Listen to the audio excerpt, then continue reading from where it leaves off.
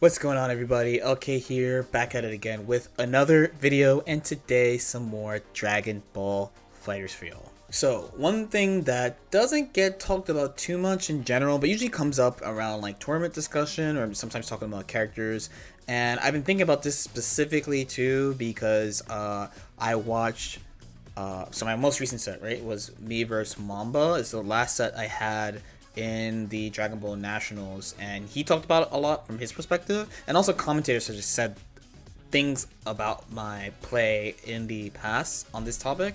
It's actually the secret, right, is health management. Hook is one of the best players at this, and I want to go through all the main ways you deal with health management on your team, from easiest to most expensive, I guess. I said that a totally weird way, but whatever. Make sure you take a second to like this video if you already have not, and subscribe to the channel. It does help the channel grow, and I do appreciate it. Thank you so much. Okay, so Hook is so good at protecting his team that it's almost a meme how much he tags, but it does affect the game a lot.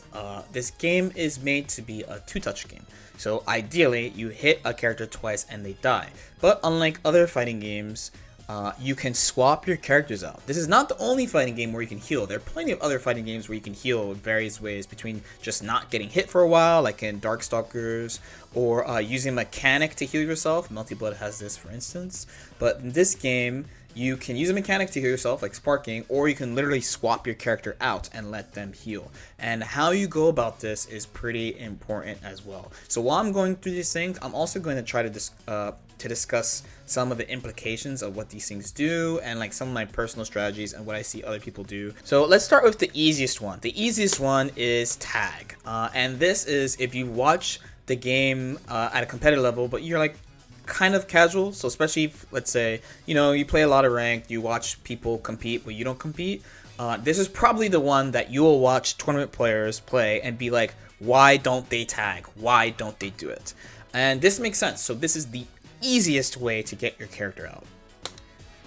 As we saw too, the tag is a super dash, so it shares the same properties as a super dash. The only thing is it depends on how many air actions you have used. So if you use both your air actions and you tag, you don't magically have another air dash or something, you're just falling. So I'll talk about it personally. I've talked about it in other videos, but the amount of time I spent on it talking on stream about it, I thought like it literally warranted its own video. Tag is super dash, so super dash options are really important here, and if your character doesn't have good super dash options, then their tags are just not going to be as successful. So what do I mean? So for instance, like here I tag in Kid Buu. Kid Buu has really good super dash options. He's got like EX Ball, he's got like JS, and you can mix these things with backdash. Most people don't actually practice the post super dash situation to see what characters can do. So a character that has a lot of options like Kid Buu, it's really good to tag him in. He has a lot of options. When you tag in GT, he's like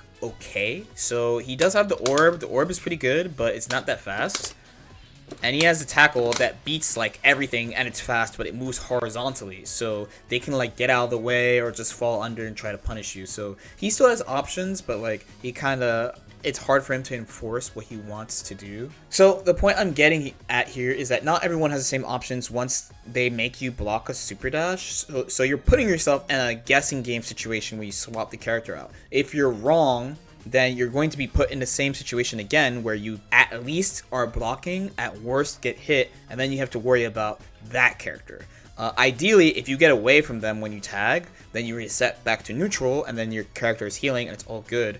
But it doesn't always work out this way. So when you're tagging, if they block your tag, you're basically putting yourself in a guessing situation in exchange for health. The other thing, of course, too, is your opponent can kind of wait for tag. So if they're waiting for the tag and they successfully hit your tag, the worst thing that could happen is the character that came in dies from a touch of death. In Season 2, we used to have to worry about getting hit and then snap and bring your original character back in. It doesn't happen so much in Season 3, but the 2H combos, so say you get hit by Gotenks, you're taking like 60% into Ghost for tagging. So now that character can't tag again. So you might be in a really bad spot if your tag fails. Now, thankfully, there are a couple of easy ways to get a tag off, and the biggest one is you tag when your opponent is jumping, because it's hard to hit an incoming character when you're in the air. It's quite difficult compared to on the ground. We can sit there in 2H. They have to either jab your tag or do an invincible move in the air, and not every character has these things. So what ends up happening in the common game is that people tag a lot. They're not used to being punished really seriously for tags. Either they're not used to people waiting for the 2H, they're not used to people jabbing their tags or using an invincible level 3 or something for their tag. So tag is a really common option to use, and it's a good option to use overall. It's just, at least in my case, I tend to play personally characters who don't have very strong options on Super Dash. So over time I noticed that I was trying to tag, and then I put myself in a guessing situation, and I would repeat the losing situation again. So I stopped tagging as much. This is like my personal thing. Another thing is about what happens when you tag in the corner. So this is kind of a character specific thing, but you don't have that much space to run away. You basically can only like jump or use horizontal movement. So if you play a character like say Android 18 or somebody who doesn't have good horizontal aerial movement, then when you tag here, you quite literally just put yourself in a block string with the new character. You kind of have to survive that. Now, the thing about tag is that the return could be like kind of high, because there is a chance that you can hit your opponent with the tag. So if you hit your opponent with your tag, you get a combo. So the return is really high. So when you look at it from top to bottom, it's either you hit them, you get a combo, you block, you get into RPS. But if you play a character that has good options on block, then it's kind of favorable for you. So if you're gonna pick tag, you're gonna try to do it in places where either you can't see what's going on. Tag's invincible, right? So like once your old character goes off screen, the new character just flies in. If they block it, then of course it's like, what options do you have type of thing. But as long as you get away, you are safe and you can reset to neutral. This brings me to guard cancel, because if they block your tag, it can be kind of bad depending what character you play. But if you guard cancel, you can get out quite safely. So when you hit someone with a guard cancel, that happens. You just send them full screen. Now, the issue with guard cancel is the timing. So I've said this before, but you're aiming for the startup of the move. You're not trying to guard cancel moves. So here's an example of me guard canceling a move. So first let's do the string, right? So he's kind of doing this delayed string. So because of the way the guard cancel freeze works, if you try to guard cancel a specific move, they will actually block your move and then punish you. That really sucks. You actually want to aim for the startup of a move like that to make sure that you hit the guard cancel. Now, of course, the other thing too is what happens if they have a multi-hitting move. If you have a multi-hitting move, you basically cannot guard cancel multi-hitting moves at all, because they can cancel on any hit into 2H. So what happens is that you can do buttons like that if they don't guard cancel, but if they do, you can successfully hit the guard cancel 100% of the time. So the onus is on you to recognize when in the string you should do it. I personally recommend looking for mediums or cancels into special moves. Those are pretty reliable cancel times. And this is also the reason why you see people get away with strings like 2LL, 2LL, 2LL, or like jab, jab, jab over and over, because they know the defender is looking for a guard cancel, so they're not giving the opponent enough time to like see a move that's safe to guard cancel and then do.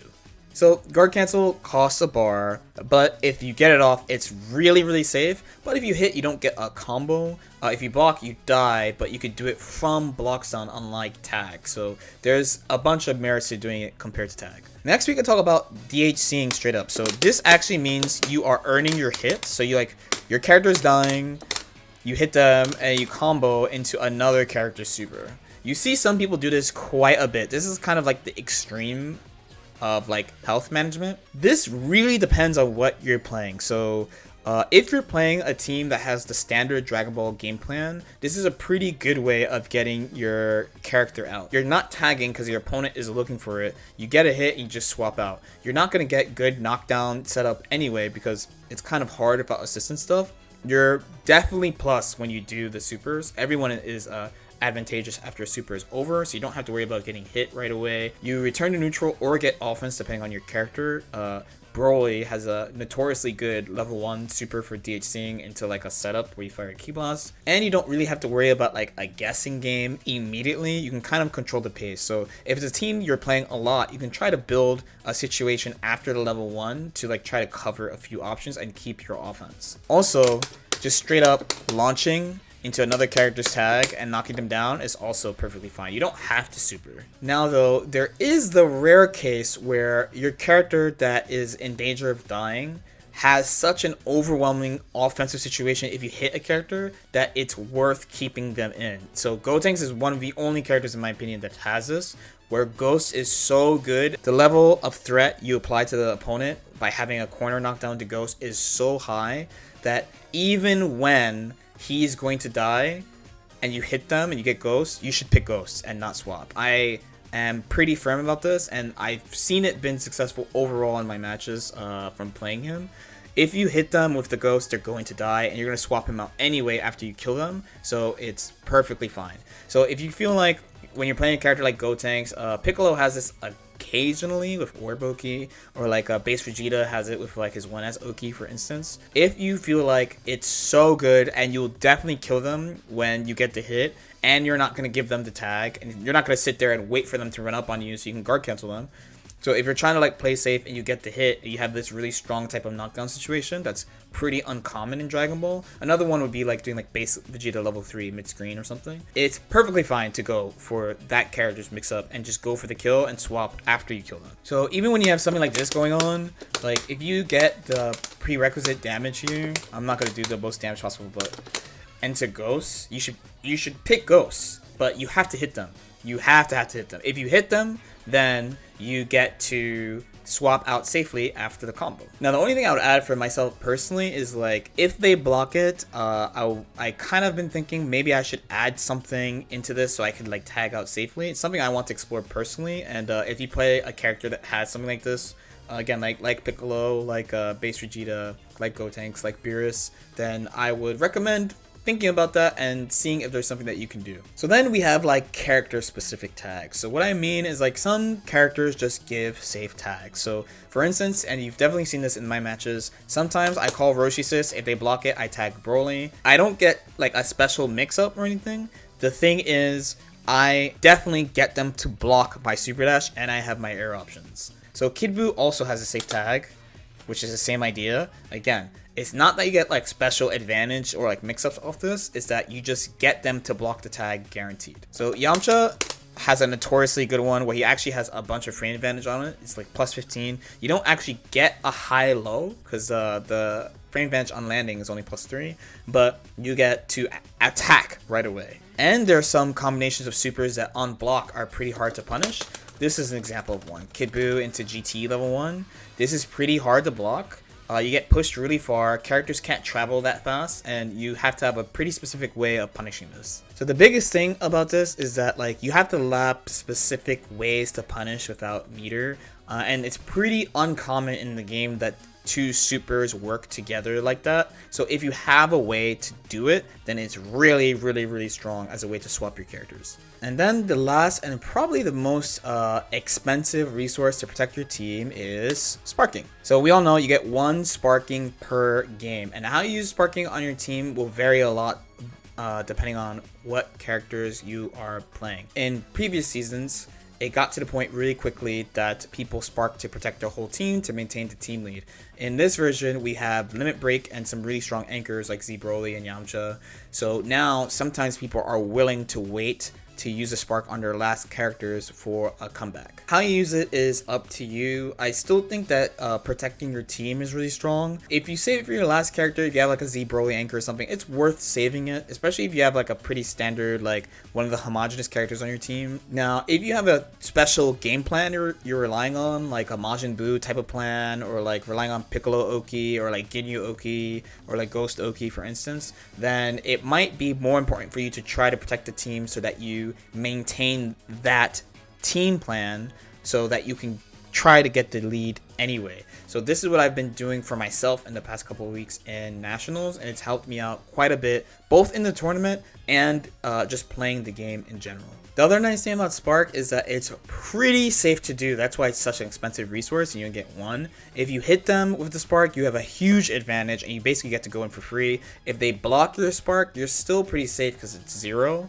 and your character becomes a super character for the next 7, 14, or 21 seconds, right? So it's a really good option to use, and the game gives you one guaranteed. So combining all these tags, guard cancels, character specific options, and sparking, you have a lot of ways of swapping your characters out for managing health. You need to do it specifically for your team though.